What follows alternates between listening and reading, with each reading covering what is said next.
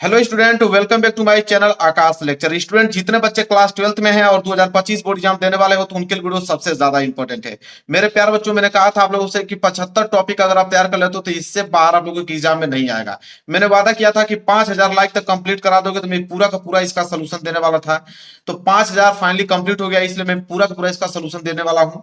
और बोर्ड परीक्षा में टॉपिक 100% आएंगे, इससे बाहर बोर्ड एग्जाम में पूछा ही नहीं जाता, समझ लीजिए। और मैं कहा था आप लोगों से कि यहाँ से टॉपिक पढ़िए और पीडीएफ इसका मैं फ्री में देता हूँ। हर एक वीडियो जो आप लोग देखते हो उसका पूरा का पूरा सोल्यूशन का पीडीएफ फ्री में मिलता है। इसी वीडियो के डिस्क्रिप्शन में जाइए, आप लोगों को टेलीग्राम का एक लिंक मिलेगा, वहां पे ज्वाइन हो लीजिए और डेली आप लोगों को पीडीएफ जो है फ्री में मिलता है। तो आज हम लोग 75 टॉपिक क्लियर करने वाले हैं और इसका पार्ट 1 है। और यहाँ से हम लोग प्रश्न सारे क्वेश्चन से एक एक करके देखने वाले हैं। आराम से बढ़िया से आप लोग इन कंसेप्ट को समझ लीजिए, क्योंकि ये प्रश्न आप लोगों के एग्जाम में 100% बनेंगे। इससे बाहर बनेगा ही नहीं। तो जितना अच्छे तरीके से समझे रहेंगे एग्जाम में उतना बेहतर लिख पाओगे। और लिखने की जरूरत नहीं है आप लोगों को, पीडीएफ तो आप लोगों को फ्री मिलेगा, बस यहाँ पे समझिए और वहां पे पीडीएफ आप लोगों को फ्री मिलेगा, प्रिंट आउट निकलवा के याद कर लीजिएगा। चलिए हम लोग पहला टॉपिक देखेंगे, विलियन तथा विलियन के प्रकार। एक एक टॉपिक करते हुए आराम से बिल्कुल आसान तरीके से पढ़ने वाले हैं। चलिए बच्चों, पहला टॉपिक देखते हैं बिलियन तथा बिलियन के प्रकार। बिलियन तथा बिलियन के प्रकार। बिलियन क्या होता है इसके बारे में जानते हैं, इसके बारे में देखते हैं। बिलियन होता है दो या दो से अधिक, दो या दो से अधिक समांगी पदार्थों के मिश्रण को बिलियन कहते हैं। समांगी का मतलब होता है कि दो ऐसे पदार्थ जो आपस में पूर्ण रूप से घुल जाएं। पूर्ण रूप से क्या होता है? नमक और पानी। नमक और पानी। नमक और पानी को जब आपस में घोलेंगे तो यह पूर्ण रूप से घुल जाएंगे, तीसरा कोई अन्य पदार्थ नहीं बनेगा। इसे कहते हैं समांगी विलयन। तो समांगी विलयन का मतलब होता है कि दो या दो से अधिक समांगी पदार्थों के मिश्रण को विलयन कहते हैं। अब विलयन के घटक पूछता है। घटक यहाँ पे देखिए, विलयन के मुख्य रूप से दो घटक होते हैं। विलयन के मुख्य रूप से दो घटक होते हैं। एक का नाम होता है विलेय और दूसरे का नाम होता है विलायक। अब आता है विलेय किसे कहेंगे, तो विलेय का मतलब ये होता है कि विलयन का वह घटक,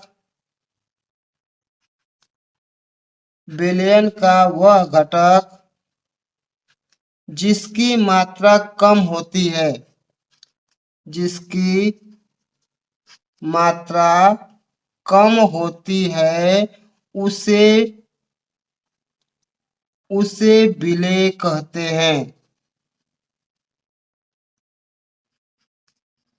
इसे कैपिटल बी द्वारा दर्शाते हैं। जैसे जैसे नमक, नमक और चीनी जो होता है विलेय होते हैं। और उसी प्रकार दूसरा घटक होता है विलायक। विलायक होता है विलयन का वह घटक जिसकी मात्रा अधिक होती है, उसे विलायक कहते हैं। विलायक में जितने भी द्रव्य पदार्थ आते हैं जैसे जल।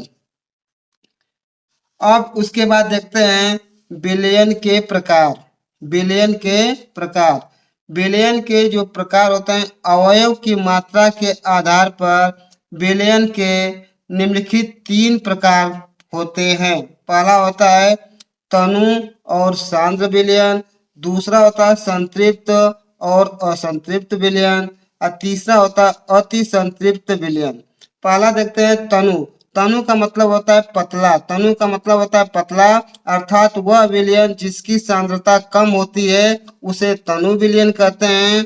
तथा सांद्र का मतलब होता है गाढ़ा। वह विलयन जिसकी सांद्रता अधिक होती है उसे सांद्र विलयन कहते हैं। जैसे अगर यहाँ पे देखते हैं, यह एक गिलास पानी है, इसमें अगर 3 चम्मच चीनी डालेंगे, इसमें 3 चम्मच चीनी डाले और दूसरा उतने ही गिलास में मात्रा है पानी की, उतनी ही मात्रा जिसमें 10 चम्मच डाल दिए, तो ये देखेंगे कि कौन सा तनु होगा कौन सा सांद्र होगा। तो यह जो होगा यह तनु विलयन होगा और यह कैसा होगा, सांद्र विलयन। उसी प्रकार संतृप्त और असंतृप्त। संतृप्त विलयन हम उसे कहते हैं कि जिसमें हम जिस विलायक में विलेय की मात्रा को हम आसानी से घोल सकते हैं। और असंतृप्त विलयन वो होता है जिसमें हम कोई विलेय पदार्थ आसानी से घोल नहीं पाते हैं, उसे असंतृप्त विलयन कहते हैं। तीसरा है अति संतृप्त विलयन। अति संतृप्त विलयन वे होते हैं कि जिसमें विलेय और विलायक की सांद्रता दोनों एक समान होती है, अर्थात वह अत्यधिक गाढ़ा होता है। इसे अति संतृप्त विलयन कहते हैं। चलिए बच्चों, दूसरा क्वेश्चन देखते हैं हेनरी का नियम। पहला नियम बता दिए विलयन तथा विलयन के प्रकार। दूसरा देखते हैं हेनरी का नियम। हेनरी का नियम, हेनरी का नियम क्या कहता है? हेनरी एक वैज्ञानिक है, उन्होंने विलयन की सांद्रता के आधार पर कुछ नियम दिया था जिसे हेनरी का नियम कहते हैं। हेनरी का नियम किसी विलयन में घुली हुई गैस का आंशिक दाब उसमें उपस्थित गैस के मोल प्रभाज्य के समानुपाती होता है।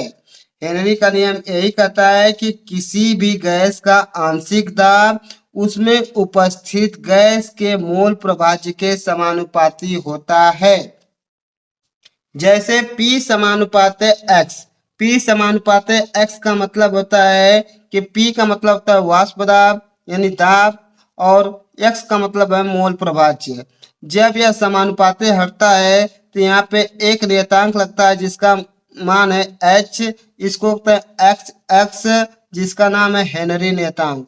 X जो होती है घुली हुई गैस का मोल प्रभाज्य होता है, और इस तरह से हम कह सकते हैं P समानुपात X बराबर P, अगर यह बराबर करेंगे तो इसके स्थान पर KH एक हेनरी नियतांक लगता है इंटू X। KH होता है हेनरी नियतांक, P का मतलब होता है वाष्प दाब, और X का मतलब घुली गैस का मोल प्रभाज्य। अब उसके बाद देखते हैं हेनरी का नियम का अनुप्रयोग पूछा जाता है। तो हेनरी नियम के निम्नलिखित अनुप्रयोग होते हैं। हेनरी नियम के निम्नलिखित अनुप्रयोग होते हैं। पहला नंबर होता है सोडा जल एवं शीतल पेय पदार्थों में कार्बन डाइऑक्साइड की विलेयता बढ़ाने के लिए बोतल को आंशिक दाब पर बंद किया जाता है। जैसे आप पेय पदार्थ या शीतल पेय पदार्थ पेप्सी कोला पिए होंगे, जब ढक्कन को खोलते हैं तो उसमें से गैस बाहर निकलती है। यह हेनरी नियम के अनुसार ही बोतल के ढक्कन को बंद कर दिया जाता है। दूसरा नियम है गहरे समुद्र में सांस लेते हुए गोताखोर को अधिक दाब पर गैसों की अधिक घुलनशीलता का सामना करना पड़ता है। अतः जैसे जैसे समुद्र के अंदर जाते हैं जो वायुमंडलीय का दाब होता है वह अधिक पड़ता है। इसी कारण से जो अधिक बाहरी दाब के कारण सांस के साथ ली गई जो वायुमंडलीय गैस होती है और जो उसके साथ सिलेंडर होता है रुधिर में अधिक हो जाती है, जिस कारण से उनका रुधिर नीले रंग का हो जाता है। चलिए बच्चों, अब तीसरा टॉपिक देखते हैं मोलरता। मोलरता क्या होता है? यह विलयन से संबंधित है टॉपिक। मोलरता क्या होता है इसके बारे में देखते हैं। मोलरता क्या होता है? यहाँ पे 1 लीटर विलयन में उपस्थित विलेय के मोलों की संख्या उस विलयन की मोलरता कहलाती है। इसे कैपिटल M से दिखाते हैं। अब थोड़ा सा हम आप लोगों को बताना चाहेंगे कि जो मोलरता होती है वह 1 लीटर में या 1000 ग्राम में उपस्थित विलेय के मोलों की संख्या उस विलयन की मोलरता कहलाती है। इसे कैपिटल M से दर्शाते हैं, और हम जानते हैं कि W बराबर होता है द्रव्यमान और M बराबर होता है अणु भार, और B बराबर होता है आपका विलेय, और A बराबर होता है विलायक। तो यहाँ पे फार्मूला लिखा गया है मोलरता का। मोलरता के विलयन के मोलों की संख्या बटा के विलयन का आयतन। तो मोल बराबर होता है द्रव्यमान बटा के अणु भार। द्रव्यमान को W से दर्शाते हैं और M को अणु भार को कैपिटल M से दर्शाते हैं।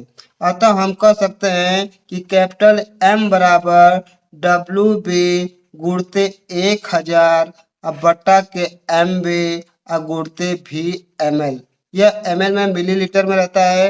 अतः हम कह सकते हैं WB बराबर विलेय का द्रव्यमान, MB बराबर विलेय का अणुभार तथा V बराबर होता है आयतन। तो आप लोगों को यह सूत्र मिल गया, नियम बराबर WB गुणते 1000 बटा के MB गुणते V ml। यदि यह आयतन ml में दिया रहेगा तो ऊपर 1000 का गुणा करते हैं, यदि ml में आयतन न देकर लीटर में दिया रहेगा तो ऊपर 1000 का गुणा नहीं किया जाता है। चलिए बच्चों, चौथा टॉपिक देखते हैं, मोललता। मोललता, मोललता क्या होता है इसके बारे में हम जानेंगे। चलिए बच्चों, मोललता क्या होता है देखिए, 1 किलोग्राम या 1000 ग्राम विलायक में उपस्थित विलेय के मोलों की संख्या उस विलयन की मोललता कहलाती है। इसे कैपिटल एम से देखते हैं, दर्शाते हैं। हमने अभी बताया पिछले चैप्टर में मोललता। मोललता जो होती है वहाँ पे जो आयतन होता है वह ml में होता है, मिलीलीटर में, द्रव्य में होता है, लेकिन यहाँ पे जो द्रव्यमान होगा किलोग्राम में होगा। तो हम कह सकते हैं कि 1 किलोग्राम या 1000 ग्राम विलायक में उपस्थित विलेय के मोलों की संख्या उस विलयन की मोलरता कहलाती है। इसे स्मॉल m से दर्शाते हैं। यहाँ पे हम आप लोग को दिखा रहे हैं, स्मॉल m बराबर WB गुणते 1000 बटा के MB गुणते WA, जहाँ MB है वह विलेय का अणुभार है, विलेय का अणुभार, WA विलायक का द्रव्यमान, विलायक का द्रव्यमान, और WB है विलेय का द्रव्यमान। इस फार्मूले पर आपका न्यूमेरिकल इन सवाल भी पूछा जाता है। मोललता के लिए अभी बताएं, विलेय का मोल, मोल बटा के विलायक का मोल। यहाँ पे अभी बताएं कि विलेय का जो मोल होता है, विलायक का जो मोल होता है वो ग्राम में होता है, ये भी ग्राम में होता है। विलेय का मतलब WB और विलायक का मतलब WA। तो यहाँ पे WA विलायक दिया है, यहाँ पे WB यानी विलेय दिया है, और MB का मतलब होता है विलेय का अणुभार। चलिए देखते हैं मोलरता और मोलरता में अंतर। यह बार बार पूछा जाता है। जो मोलरता होता है, एक निश्चित ताप पर 1 लीटर विलयन में घुले विलेय के मोलों की संख्या होती है। जो मोलरता होता है यह ताप पर निर्भर करता है, इसके विलायक मोलों में होता है, जबकि मोललता जो होता है किसी निश्चित ताप पर 1 किलोग्राम विलायक में घुले होते हैं। यह लीटर में होता है, यह लीटर में होता है या किलोग्राम में होता है, पहला अंतर। दूसरा अंतर होता है कि यह ताप पर निर्भर कर नहीं करता है, जबकि जो मोलरता होता है वह ताप पर निर्भर करता है। इसके विलायक ग्राम में होते हैं, जबकि मोलरता के जो विलेय होते हैं वह मिलीलीटर में होते हैं। चलिए बच्चों, देखते हैं पांचवा टॉपिक, मोल प्रभाज्य तथा मोल अंश।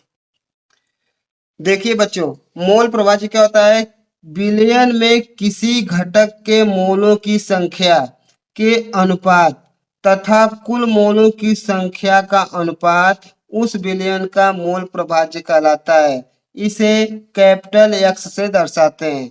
एक बार और सुनिए, विलयन में किसी घटक के मोलों की संख्या का अनुपात तथा कुल मोलों की संख्या का अनुपात उस विलयन का मोल प्रभाज्य कहलाता है। जैसे इसको कैपिटल X से दर्शाते हैं, हमने अभी बताया। यहाँ पे जो X होता है मोल प्रभाज्य, विलयन में किसी घटक के मोलों की संख्या तथा उस विलयन में उपस्थित कुल मोलों की संख्या का अनुपात ही मोल प्रभाज्य कहलाता है।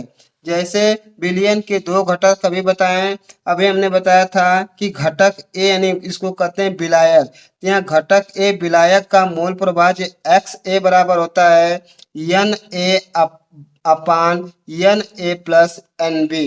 उसी प्रकार घटक बी का मोल प्रभाज्य बराबर होता है XB बराबर NB बटा के NB धन NA। चलिए बच्चों देखते हैं राउल्ट का नियम। अगला चैप्टर है राउल्ट का नियम। यहाँ पे देखते हैं राउल्ट का नियम क्या होता है।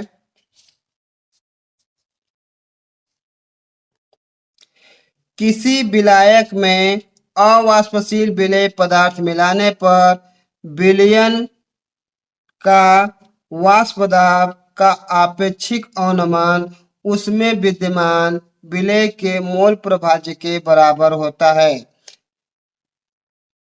अर्थात वाष्प दाब में अनुमान यहाँ पे दिया गया है P not minus P S तथा आपेक्षिक अनुमान के लिए दिया गया है P not minus P S बटा के पी नॉट।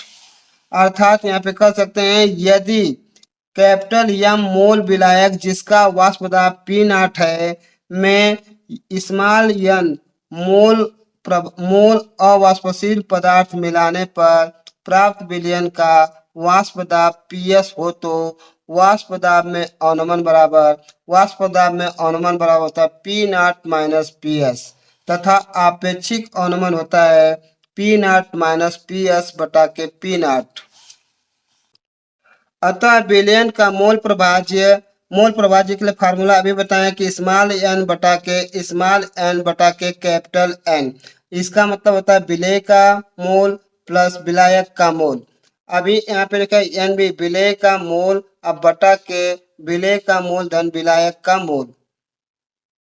तो राउल्ट के अनुसार हो जाएगा आपेक्षिक अनुमान दाब तथा उसके मोल प्रभाज्य के बराबर होता है। तब P not minus P S बटा के पी नॉट बराबर स्मॉल एन बटा के small N plus capital N. इस समीकरण को राउल्ट के नियम का समीकरण भी कहते हैं जो अवाष्पशील विलेय पदार्थों पर प्रयुक्त होता है। यह विलयन अति तनु होता है तो n का मान कैपिटल N की अपेक्षा बहुत कम होता है। तो इस दशा में स्मॉल n को यानी जो विलेय होता है उसके मूलों की संख्याओं को नगण्य मान लेता है, शून्य मान लिया जाता है। अतः इसका फार्मूला निकल के आता है P not minus P S बटा के पी नॉट बराबर स्मॉल एन बटा के कैपिटल एन। यही राउल्ट का नियम है। अब देखते हैं राउल्ट नियम की सीमाएं। जो राउल्ट नियम की सीमाएं होती हैं, राउल्ट नियम की निम्नलिखित सीमाएं होती हैं। पहला नंबर, राउल्ट का जो नियम होता है तनु विलयन पर लागू होता है, सांद्र विलयन पर लागू नहीं होता है। पहला नियम है कि जो राउल्ट का नियम होता है वह तनु विलयनों पर लागू होता है, सांद्र विलयन पर लागू नहीं होता है। दूसरा नंबर, यह नियम केवल अवाष्पशील पदार्थों के विलयनों पर लागू होता है। तीसरा है वैद्युत अपघट्यों के विलयनों पर यह नियम लागू नहीं होता है। अब देखते हैं बच्चों विलयन के वाष्प दाब में अनुमान तथा अवाष्प दाब में संबंध। कैसा संबंध होता है इसके बारे में देखेंगे। यदि विलेय का भार W1 ग्राम तथा अणु भार M1 हो तो तथा विलायक का भार W2 ग्राम तथा उसका अणु भार M2 हो तो मोल प्रभाज्य के अनुसार राउल्ट नियम के अनुसार देखेंगे P not minus P S upon P not बराबर स्मॉल एन बटा के स्मॉल एन धन कैपिटल एन। अब यहाँ पे देखेंगे जो स्मॉल एन होता है, स्मॉल एन विलेय के लिए होता है। तो विलेय के लिए हमने माना था जो उसका द्रव्यमान है W1 तथा अणु भार है M1। उसी प्रकार विलायक के लिए हमने माना है जो इसका द्रव्यमान है W2 और अणु भार है M2। तो राउल्ट नियम में इसके स्थान पर स्मॉल एन के स्थान पर अगर इसको रखेंगे तो यहाँ पे होगा WN अपान M1। देखते हैं P not minus P S बराबर स्मॉल एन बटा के एन प्लस कैपिटल एन। यहाँ पे स्मॉल एन विलेय के लिए है जबकि कैपिटल एन विलायक के लिए। यहाँ पे हमने अभी लिखा है स्मॉल एन बार W1 बटा के M1। अब बटा के लिखेंगे स्मॉल एन के लिए WN बटा के M1 प्लस W2 बटा के M2। जब इसका मान नगण्य हो जाएगा, 0 हो जाएगा, तो इसका वैल्यू हो जाएगा P not minus P S बटा के पी नॉट बराबर डब्ल्यू एन बटा के एम वन बराबर डब्ल्यू एन गुणते एम टू बटा के एम टू गुणते डब्ल्यू टू। यहाँ पे देखेंगे शुद्ध रूप से फार्मूला निकल के आ जाएगा आपका P not minus P S बटा के पी नॉट बराबर डब्ल्यू एन गुणते एम टू बटा के एम वन गुणते डब्ल्यू टू, जहाँ डब्ल्यू वन विलेय का द्रव्यमान, एम टू विलायक का अणुभार, डब्ल्यू टू विलायक का द्रव्यमान, पी नॉट जल का वाष्प दाब और पी एस विलयन का वाष्प दाब। चलिए बच्चों अगला टॉपिक देखते हैं आदर्श तथा अनादर्श विलयन। आदर्श विलयन किसे कहते हैं इसके बारे में हम आप लोग को थोड़ा सा बता रहे हैं। आदर्श विलयन क्या होता है कि आदर्श वे विलयन होते हैं जो सभी तापों एवं सांद्रता पर राउल्ट के नियम का पालन करते हैं, आदर्श विलयन कहलाते हैं। उसी प्रकार अनादर्श विलयन होता है वे विलयन जो राउल्ट के नियम का पालन नहीं करते हैं, उन्हें अनादर्श विलयन कहते हैं। राउल्ट का नियम हमने बताया था कि जो तनु विलयन पर लागू होता है सांद्र विलयन पर लागू नहीं होता है, तो तनु विलयन वाला आदर्श विलयन कहा जाएगा, जबकि जो सांद्र विलयन होगा वो अनादर्श विलयन कहा जाएगा। आदर्श विलयन ये राउल्ट के नियम का पालन करते हैं। यहाँ पे देखेंगे पी नॉट ए यानी विलायक का जो वाष्प दाब है, विलायक का वाष्प दाब उसके विलायक के विलेय के अगर बराबर होगा तो यह राउल्ट के नियम का पालन करेगा। उसी प्रकार विलेय का जो वाष्प दाब होगा, विलेय का जो वाष्प दाब विलेय के मोल के बराबर अगर होगा तो यह भी राउल्ट के नियम का पालन करेगा। दूसरा है विलयन के अवयवों के मध्य अंतरा आकर्षण बल जो शुद्ध अवयवों के समान कोटि के समान होता है, इसीलिए आदर्श विलयन होगा। तीसरा है जब शुद्ध अवयवों को मिश्रित किया जाता है तब उसके एंथैल्पी और आयतन में कोई परिवर्तन नहीं होता है, इसे आदर्श विलयन कहते हैं। यहाँ पे डेल्टा एच मैक्सिमम 0 होगा, उसके बाद इसका जो आयतन होगा वो भी कैसा होगा, 0 होगा। दूसरा है अनादर्श विलयन, ए राउल्ट के नियम का पालन नहीं करते हैं। यहाँ पे पी ए नॉट यहाँ पे दिया जाए क्रॉस कर दिया गया है, अर्थात पी नॉट ए यानी विलेय के मोलों के बराबर अगर नहीं होगा इसका वाष्प दाब तो अनादर्श विलयन है। उसी प्रकार यहाँ पी भी है, विलेय का जो वाष्प दाब है विलेय के यहाँ बी होगा, विलेय के वाष्प दाब के मोलों के बराबर अगर नहीं होगा तो इसको अनादर्श विलयन कहते हैं। दूसरा है विलयन के अवयवों के मध्य अंतरा आकर्षण शुद्ध कोटि का नहीं होता है। तीसरा है शुद्ध अवयवों में मिश्रित किया जाता है तब उसके आयनन एंथैल्पी और आयतन में परिवर्तन हो जाता है, अर्थात इसका जो डेल्टा एच मैक्सिमम 0 के बराबर नहीं तो 0 से अधिक होता है। उसी प्रकार इसका जो आयतन होता है 0 से अधिक होता है, इसीलिए इसको अनादर्श विलयन कहते हैं।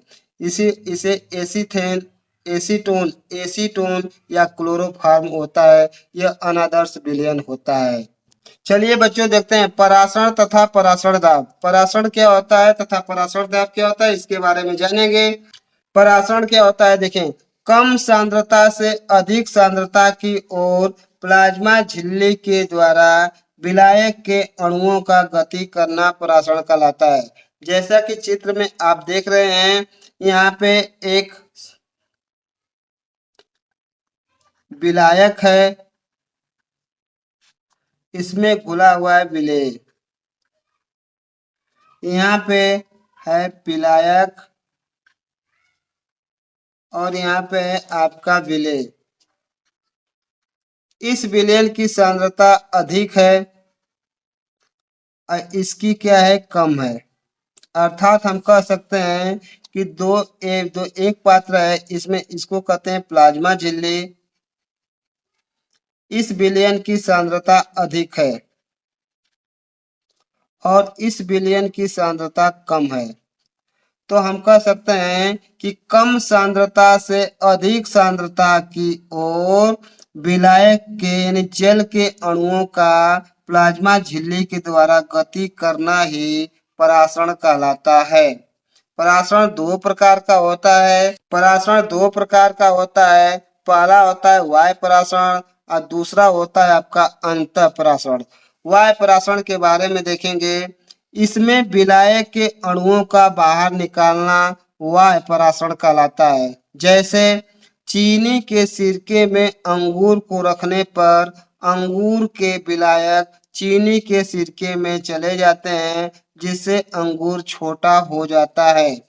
जैसे कोई सिरका है, सिरके में अगर अंगूर को रख देंगे तो अंगूर को रखेंगे तो अंगूर के जो सांद्रता होती है कम होती है, और सांद्रता कम होने के कारण जो अंगूर का जो पानी है विलायक के रूप में वह इस सांद्र विलयन में चला जाता है, जिस कारण से अंगूर का आकार छोटा हो जाता है, तो इसे वाह्य परासरण कहते हैं।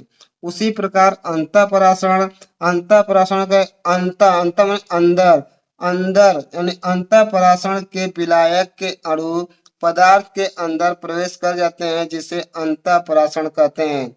जैसे चने को पानी में रखने पर पानी के कण चने के अंदर प्रवेश कर जाते हैं, क्योंकि चने की सांद्रता अधिक तथा पानी की सांद्रता कम होती है, जिससे चने का आकार बड़ा हो जाता है। अर्थात जब पानी में चने को डालते हैं तो चने की सांद्रता अधिक होती है और पानी की सांद्रता कम होती है, तो अधिक कम सांद्रता से अधिक सांद्रता की ओर जब यह पानी का जो पानी होगा इस चने के अंदर चला जाएगा, तो चने का आकार फूलकर बड़ा हो जाएगा।